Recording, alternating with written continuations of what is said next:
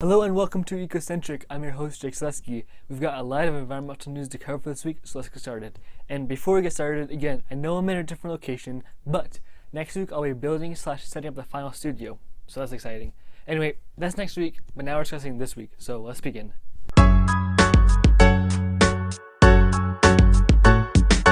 First up, environmentalists in Tennessee are taking their fight against the coal ash dump to the Supreme Court. Two groups claim that the Tennessee Valley Authority has violated the Clean Water Act by failing to control and clean up pollution from a massive coal ash dump. The dump has been polluting the Cumberland River, one of Nashville's main sources of drinking water. This suit has been dismissed before by Sixth Circuit judges because it falls within the gray area of whether or not groundwater pollution is tantamount to direct pollution from pipes under the Clean Water Act. However, the case has since been appealed and is now under review with more of evidence against the management of the dump. For our next story, we travel across the ocean to France. French climate protesters blocked bank and fossil fuel company employees from entering work on Friday, calling out Macron's slow response to carbon emissions. Protesters affiliated with Greenpeace prevented employees from coming to work at the bank Société Générale with an oil and gas multinationals EDF and Total in Paris. Police responded with crowd control measures, namely pepper spray, and by making arrests. Law enforcement in Paris is already spread thinly from ongoing labor protests, a conflict to which President Macron has been equally slow to respond.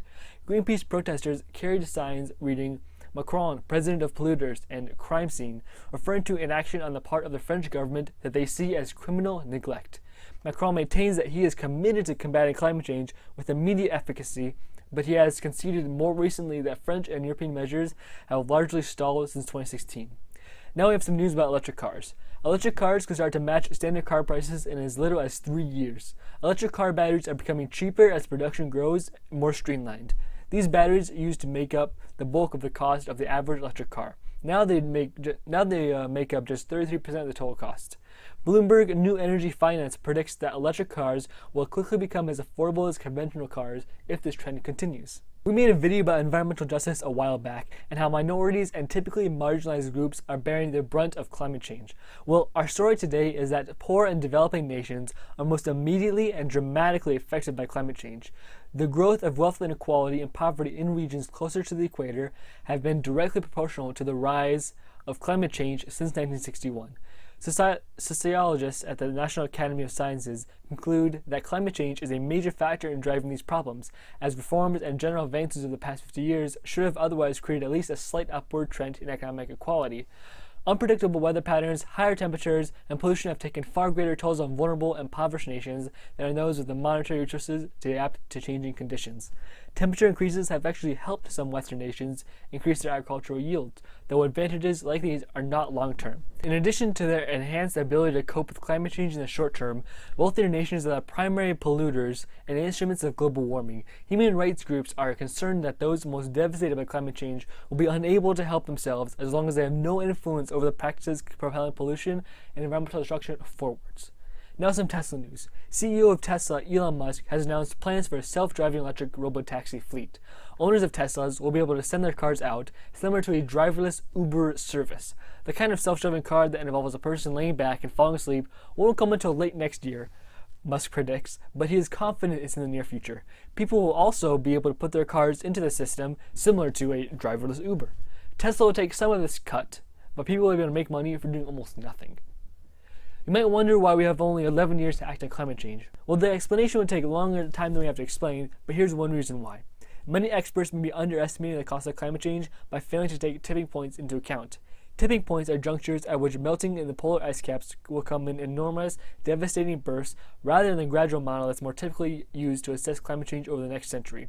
Scientists believe that large portions of ice will become dislodged by melting, triggering massive changes in sea levels and weather systems all at once. Additionally, pockets of methane and other greenhouse gases trapped in permafrost will be released with these chunks of ice. Scientists can predict when these climate change tipping points will occur, but most current models omit these details. Nature Communications estimates the additional costs of combating these events to exceed $60 trillion, and that does not take into account the hundreds of trillions already expected to go into fighting climate change. Finally, we have the reason why you probably clicked on this video. Joe Biden has announced that he is running for the President of the United States. His environmental record is certainly better than Trump's, but it is not the best in the field. Most of the candidates in the 2020 Democratic field have decent track records, but Biden has some of the lowest of any candidate.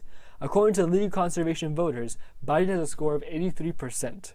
This puts him below some of the other candidates, such as Bernie Sanders with a score of 92% and Beto O'Rourke with a score of 95%. On Biden's page, climate change is only mentioned a couple of times, including that we, quote, must turbocharge our efforts to address climate change. It will be important to keep track of Biden's rhetoric to see if he will put the environment front and center in his campaign. That's all for today. Thanks for watching. If you like this video, please like and subscribe. It really helps us out. You can also follow us on Instagram at WeAreEcocentric. We post daily about environmental news and education. Well, that's all for me, and that's our chance to everyone. See you next week.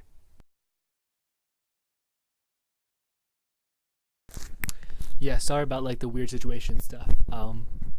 I explained in the after credit scene of the previous video, but next week should have a really cool studio, at least in the works. Better audio quality, just better editing, more stuff. So yeah, thank you for bearing through it. I appreciate it. I really do. And yeah, see you then.